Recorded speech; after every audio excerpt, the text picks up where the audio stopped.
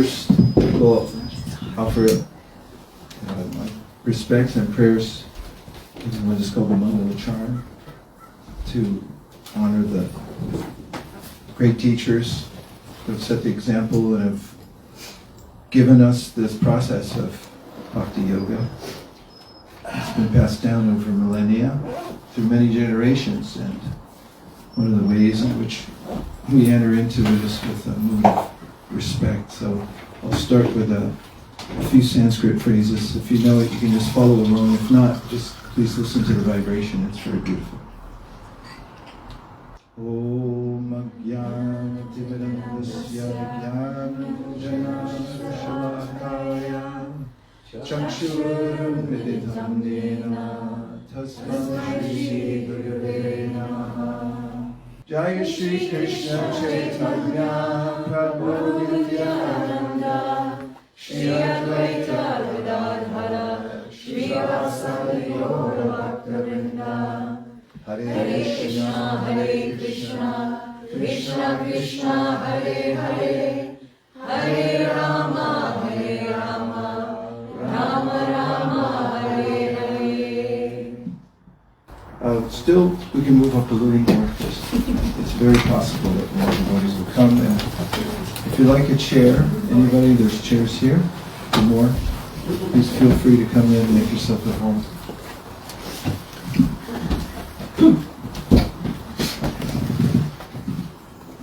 Well, it was quite exciting driving down here with the prospect of being with all the devotees, being with all of you.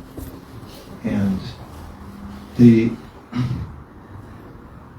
Bhagavad Gita is one of the main texts that give us a standard to live by through knowledge and practice. And the Krishna Consciousness movement is based on the teachings primarily of Bhagavad Gita. The founder of the organization, who is carrying on an age-old tradition, as I mentioned, which has been passed down over millennia, his name Srila A.C. Bhaktivedanta Swami Prabhupada. He comes in a line of teachers, especially from Lord Chaitanya, who is the most recent appearance of divinity of Krishna in the world, who came as what's called the Yuga Avatar to teach a process appropriate for the present age, so that anybody living anywhere could take up a direct process of contacting Krishna or God and feel satisfied. One of the tenets of the teachings of Lord Chaitanya Mahaprabhu is that the most direct and simple way to be in contact with Krishna, and when I say Krishna, Krishna is one of innumerable names of the Supreme, is to repeat the names of the Supreme. And the mantra that we were all singing when we came in here, Sundari Kirtan, was inaugurating this place with that amazing kirtan. Thank you, Sundari Kirtan. Haribol! As if I was walking into 26 Second Avenue for the first time. This sort of electricity and excitement of the first time. Our founder, Srila Prabhupada, had, of course, gone into the park, and Thompson Square Park, and chanted by himself, because he only had himself when he first came to America. And he chanted for some time, and the police came and told him to move. So that happens sometimes. People don't always appreciate or understand the chanting, so he moved under a tree. That tree is still there in the park, Thompson Square Park in New York. We just visited it recently. There's a placard there commemorating the start of the Hare Krishna movement on the Western Shore. And he started, did Srila Prabhupada, a storefront like this, and that's in New York still on 26 Second Avenue. It was also the first place where he held gatherings officially. Officially means he put up a sign and it announced that he would be speaking on the Bhagavad Gita regularly.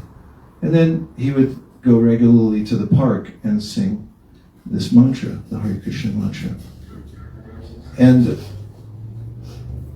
as is explained in the Bhagavad Gita, which to some degree is a study of the energies of the world that emanate from one original conscious divine source.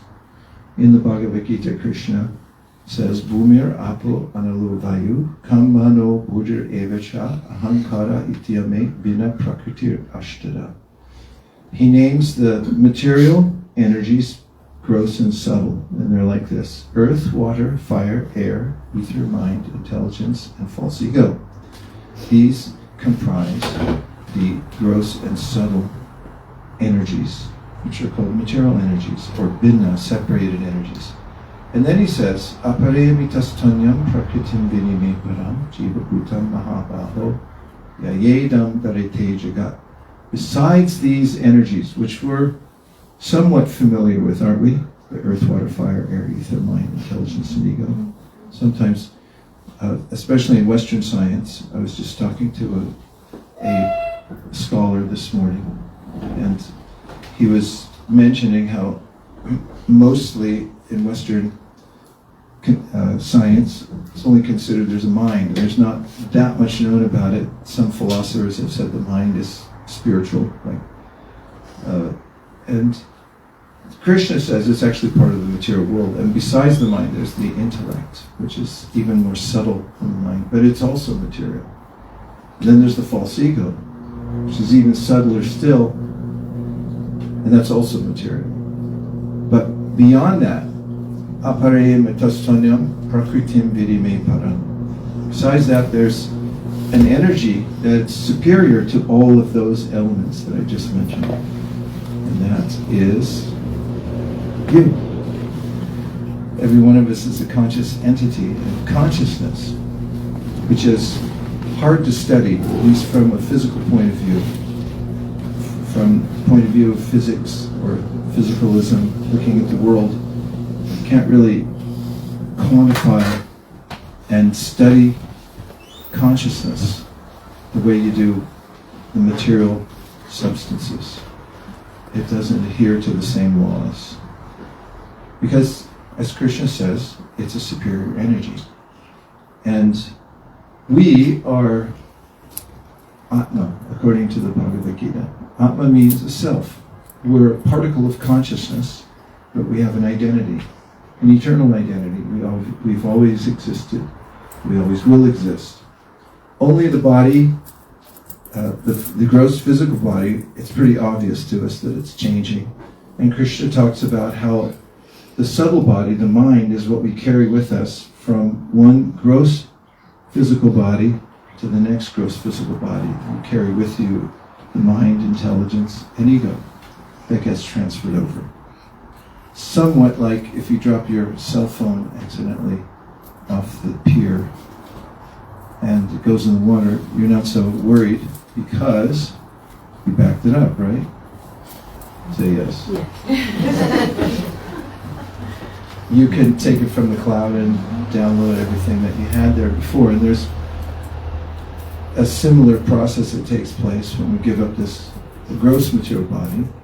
And because of the power of our mind, we're accommodated in the next situation, sometimes called reincarnation.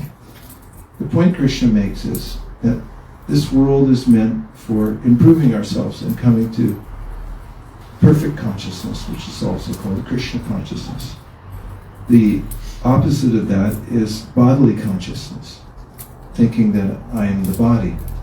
For instance, as I was born in California, and people mention California, I get goosebumps.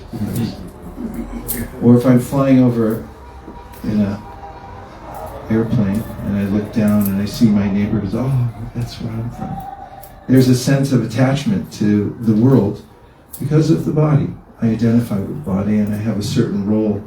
Sometimes I'm a cat, sometimes I'm a dog, sometimes I'm a man, woman, Indian, American, German, and so forth. These, Krishna says, are all temporary designations, but you have a sanatan, or eternal nature. And we, as Sanatan entities, eternal entities, are part of Krishna. And Krishna has a group of characteristics called Sat, Chit, and Ananda. Sat means there's eternality or existence. Consciousness is luminous and aware. He's avigna, which means he's intelligent. And then Chit, which means knowledge, and Ananda, which means bliss. And we have that same nature, but only in small quantity. Just like if you take one drop from the ocean, it has the same quality as the whole ocean, only it's minute. It's a tiny bit.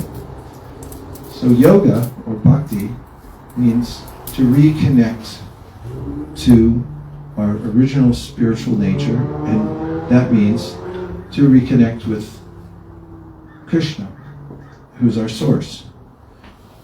And in any philosophy, if it's high-minded or it sounds very interesting, but there's no way that you can enter into it, then you may become disappointed and think, well, that's just theoretical. In fact, one of my friends who's a scholar was saying this is the standard of accepting a good philosophy, and that means there has to be some access. You have to be able to practice it yourself. So back to this movement and this room and why we're doing this. 500 years ago, plus maybe 50 years, 550 years, Krishna came as a Yuga avatar. Means someone who comes from a higher level to a lower level to give help. And that's what avatar means, to cross down from a higher level to a lower level.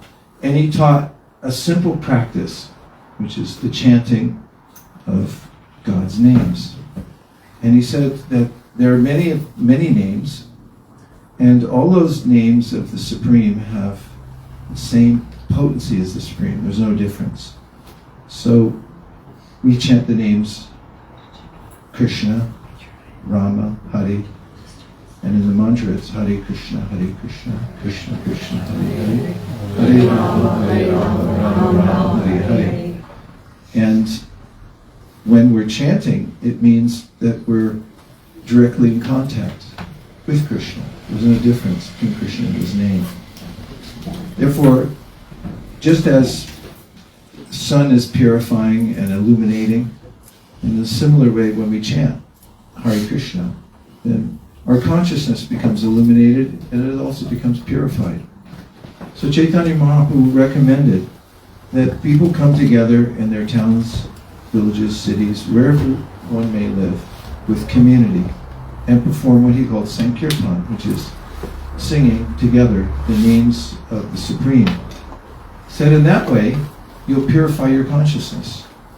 And that's the way to have direct access, simple access to our connection or relationship with Krishna, with the Supreme, by chanting Hare Krishna. So Santa Cruz is known to be an area that is rife with those who are eager to explore consciousness or to improve themselves or who are spiritually minded. Isn't that true? Yes. Yeah. California in general, but Santa Cruz is pretty famous for it. We have an educational center here. One of our star students, Vaiśeṣika, came over from the campus. She lives on campus.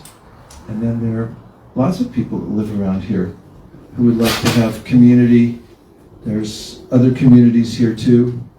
And there's a lot to do all over the Bay Area, in fact, all over California, from the very tip all the way to the top.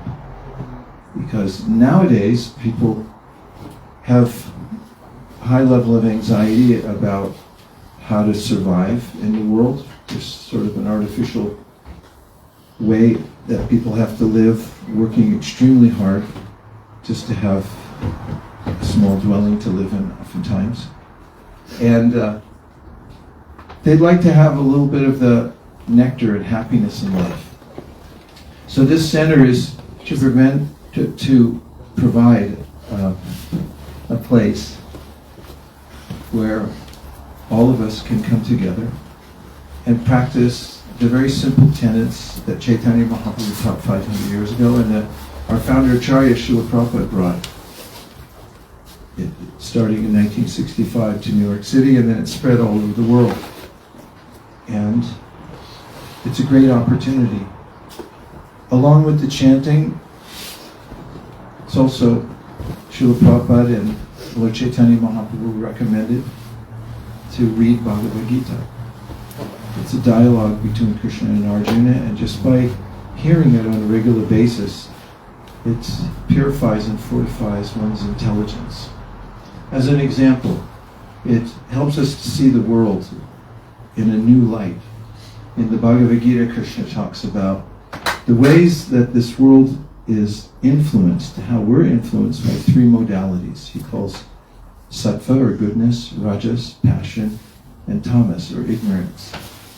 And these modalities, they're sometimes depicted as ropes or cords. In fact, there's a picture in the Bhagavad Gita that we distribute that has three powerful looking personalities hovering over several other entities, and they're controlled by ropes, just like a marionette might control a puppet. So this is an image which we might attribute, or is attributed, to the three modes of material nature, or the way that we're influenced by them. So when we hear from the Bhagavad Gita, Krishna gives us a sense of how the world works and how to work in the world in such a way that we don't get more and more entangled.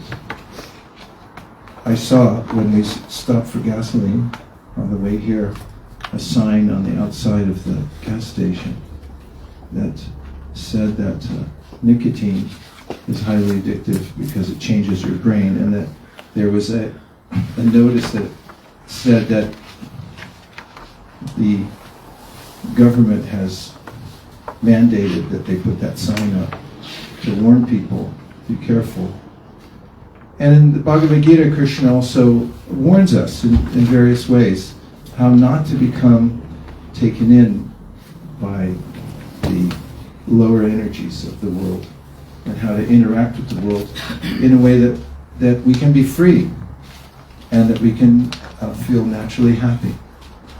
And one of those ways that he recommends is to think of how to use whatever we have in service to Krishna. Krishna says that a lotus flower grows from the bottom of the pond out of mud, and then it comes to the top of the pond and it lives in water its whole life. But it's not muddy. If you've ever seen a lotus flower, you'll notice it's quite brilliant and unsullied by mud. And also it doesn't get wet, because even when the water splashes on it, it rolls off. So, in the same way, if one lives like a lotus in this world, then one won't be affected by the lower energies of this world. We'll be able to live in it without being dragged down by the modes of nature. So, how to do that? Lord Chaitanya Mahaprabhu said, and the Bhagavad Gita says, think in terms of how to be of service. And whatever you have, you can keep. Krishna says in Bhagavad Gita, just use it for a higher purpose. Use whatever you have in service to Krishna, to the Supreme. Then he says, you'll never be affected by it. You'll not have to feel overwhelmed by living in the world, because you'll never touch it when you have this mood of service.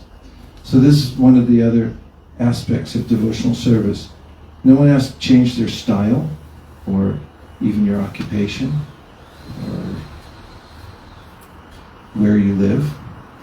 But if you add these two elements, one of them is a mood of service, using whatever you have in service to the Supreme, and the other is chanting the mantra with your family, friends, and whomever else would like to join in. And if nobody wants to come, you can also chant by yourself and listen to the sound vibration and become purified. And then the third aspect is what you eat.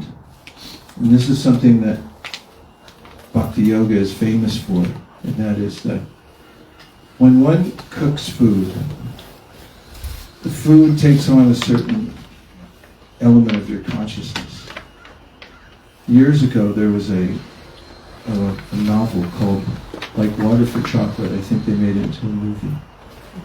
And the theme of it was that whenever people would cook, their consciousness would go into the food, and whomever would eat the food, they would be affected by it. This is one of the themes of the teachings of Bhakti Yoga. That when you cook, if you cook in Krishna consciousness and think, I'm cooking this food for Krishna, not for myself. And then before you eat, you offer it to Krishna. And you can do that very simply by just saying, I offer this to you, Krishna. And then when you take food, which is something that most people like to do, then you'll feel elevated in consciousness. And that's a small adjustment to one's lifestyle, but just by doing that, there's a profound change in one's consciousness. There are some recommended foodstuffs, mostly food that's in the mode of goodness. I won't go into detail because I'm in Santa Cruz, everybody knows what that is. And then chanting, and then finding how I can do a little service, which reminds me that this place looks beautiful.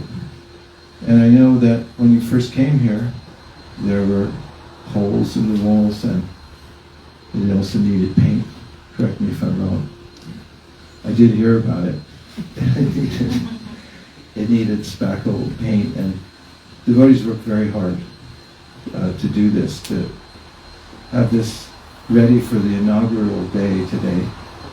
And thank you for all of you who worked so hard to get this center ready so that we could all come in here and chant Hare Krishna. Thank you very much.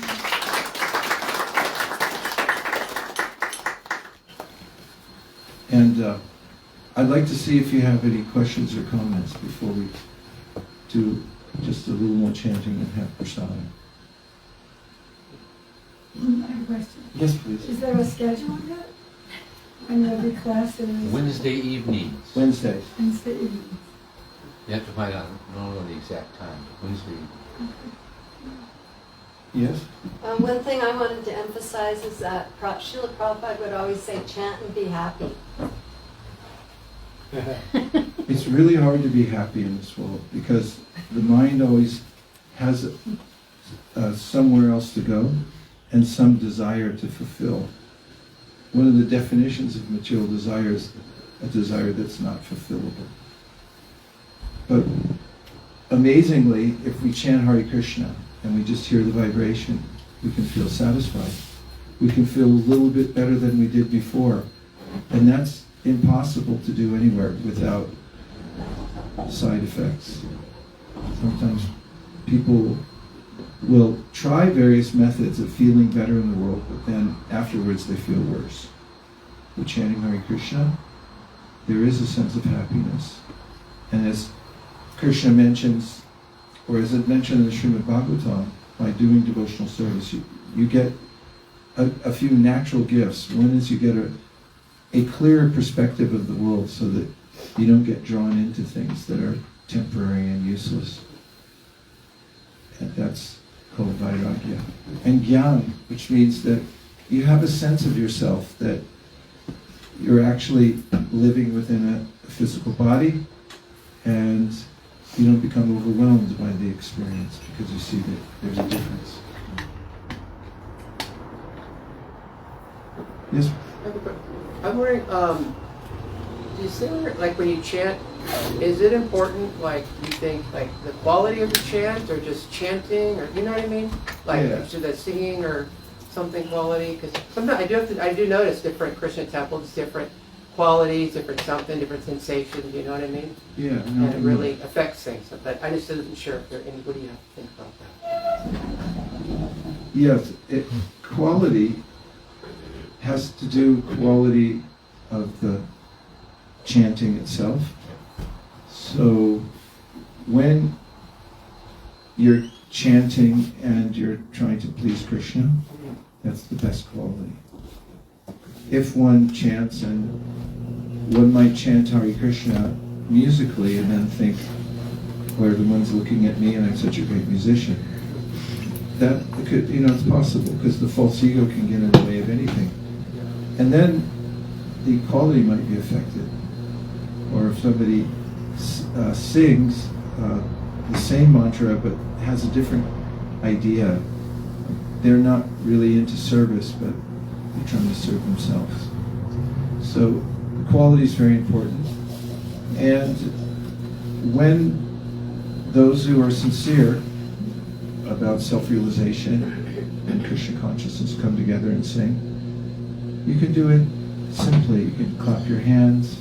Sometimes, if you can find one of these drums that somebody knows how to play it, that can add a little something to it, but it's not necessary. You don't have to have instruments, you don't have to have a musical tune to go with it, because the mantra itself has the potency in it. Yes? On that note, I think that the Chaitanya Mahaprabhu suggested that, or he said, that there's no hard and fast rules for chanting this Hare Krishna mantra. So I think for everybody, as we grow and chant, then it purifies our heart, and we become happier. Yeah. I mean, there are sometimes in religious cultures where there's so many rules that start to pile up. Then people start to become servant of the rules rather than remembering why they're doing it in the first place. And so at the time when he gave that instruction, there's no hard and fast rules for chanting the names of God, there were a lot of rules for chanting other kinds of mantras. Only certain kinds of people were allowed to chant them. You had to receive them in a certain way, and you had to be from a certain section of society and so forth. This happens practically everywhere, because there's an odd thing that humans do when they get into a group. Somebody says, well, I'll be in charge, and I mean, that's helpful, obviously, but then sometimes they try to consolidate and say, it can only happen through me, and that happens in religious cultures often sometimes. So Chaitanya Mahaprabhu was a revolutionary in the sense that he took the mantra out and said, no, everyone can chant this. In fact, when he first started doing it in West Bengal, somebody complained and called the police because they said, you can't give this mantra to everybody. What will happen to the mantra? Well, they didn't understand that the mantra itself was powerful and that it doesn't lose its potency by distributing it. In fact, it gains potency. There's a way in which when you give it out, the experience increases because more people are chanting, and there's a sense of it. When you give, you grow. So in this is a very important point, that there's no hard and fast rule. There are ways in which Chaitanya Mahaprabhu organized the chanting sometimes, and even Prabhupada, who started the movement, had some simple ways of presenting. But in the very beginning, he allowed anything, because he followed a system that one of his predecessors had recommended, which is Yena Tena Pakarina Mana Krishna Niveshaya, which means that somehow or other remember Krishna. And also that there are many rules and regulations in the ancient scriptures. Some of them are for do's and some of them are for don'ts. Do this, don't do that. And this ancient teacher taught that all of those rules are servants of two principles. One is always remember Krishna, and the other is never forget Krishna. But Chaitanya Mahaprabhu said, you can chant Hare Krishna anywhere. Like some mantras, you're not supposed to chant them in certain places. For instance, when you visit the the loo. I just came from the UK, so I can say that. The WC, the water closet. So, but he said, doesn't matter where you are, in the shower or walking to work on the road, you can always chant Hare Krishna. There's no hard and fast rule in that way. And it doesn't wait for any special process for it to be potent in one's life. Jagarini? It's reminding me of the Radha Krishna Temple album. Srila Prabhupada's beautiful prologue on that album. And he says, the chanting should be done like a baby crying for its mother. And I always really felt a lot about that, because it kind of says it all. That you have this kind of a helplessness, kind of a calling out. And I just really liked that instruction. Yeah, it's a really important point. I think it goes to your point. What is your name? Yeah. Definitely. I do. I'm Raj. The quality when one feels helpless and calls out, this is something that's in another very beautiful set of prayers by a saint named Queen Kunti. And she said that if you have a thought that I'm very beautiful, or I'm very smart, or I come from such a high family, these are all material considerations. And she said that it's really hard to chant with quality when you do that. But if you're akinchana, she said, in Sanskrit, kinchana means something, but means nothing. The feeling is, I don't have anything, I'm helpless, like Jagarini's teaching us from what Prabhupada said. And if we call out in that way, that I'm akinchana, I don't have anything, I'm helpless, like a little child, then it becomes especially effective, the chanting. Yes? Just your perspectives on desire. Where desire arises, then how to differentiate which is your mundane desire and which is like the desire which will help you for spiritual growth, and it's a struggle for me. Yeah, it's such an important question. Well, when our desires are aligned in service to Krishna, they're favorable for our devotional service, then these desires are very helpful. It's important to note that Krishna mentions in the Bhagavad Gita that we can't give up desire. It's the nature of consciousness to be creative, to love, and have desire. However, we can purify our desire, as you're suggesting, and how do we do that? There's a verse that talks about the sixfold path of taking shelter of Krishna, Sharanagati. And the first two steps are to accept things that are favorable for your development of devotional service, and the second is to give up things that are unfavorable.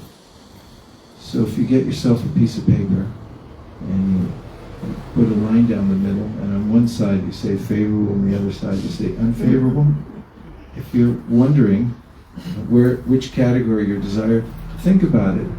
And if you can't figure out which side to put it on, then it's always good to ask somebody who might help you in a specific case.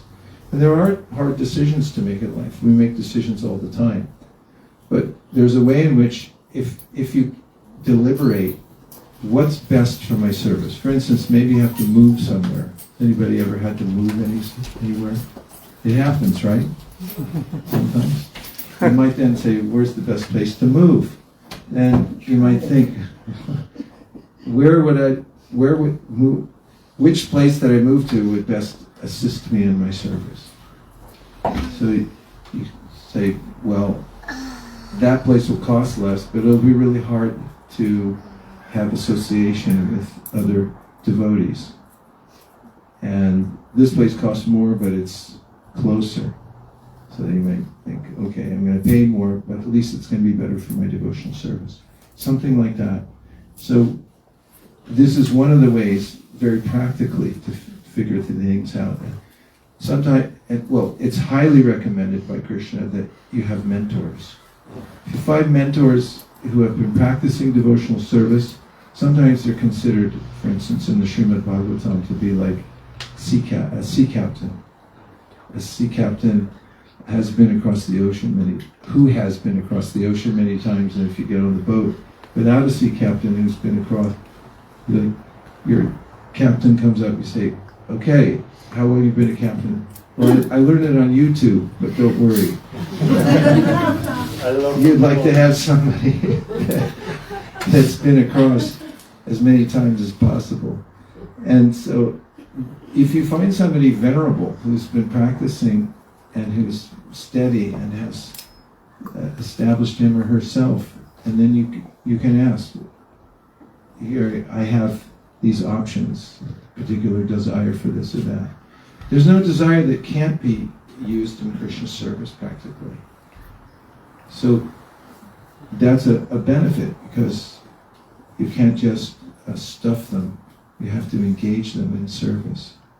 So that can help if you're deliberate about it, and also ask those who have dealt with those types of things before, and they can give you some advice. This is a beautiful place for a gathering, isn't it? Yeah. Surprised. Me too. It's got air and light and trees and parking It's a and a nice place to cove. put shoes and nice what? Cove.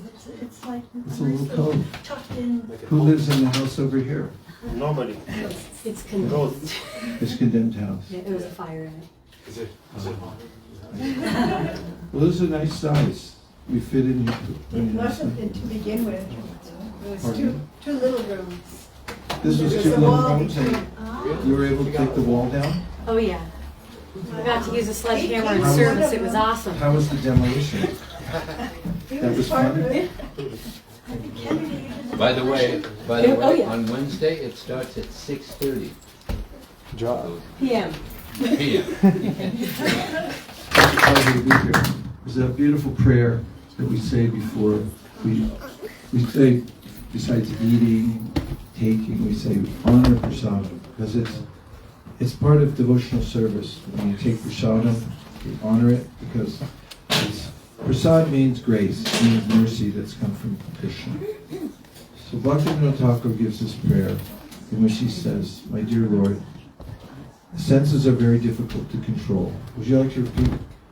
Dear Lord, senses are difficult to control. The senses are difficult to And of control. all the senses, the tongue is the most difficult. And of all the senses, the tongue is the most But difficult. you're so kind, But you're so my kind, dear Lord Krishna. my dear Lord You've Krishna. given us prasadam You've given us prasadam to control the tongue. to control the tongue. And so let us now take prasadam So let us now take prasadam and thus glorify you. and thus glorify you. And let us call for the help of Lord Chaitanya and Lord Nityananda. And let us call for the help of Lord Chaitanya and Lord Nityananda. Prasadam ki.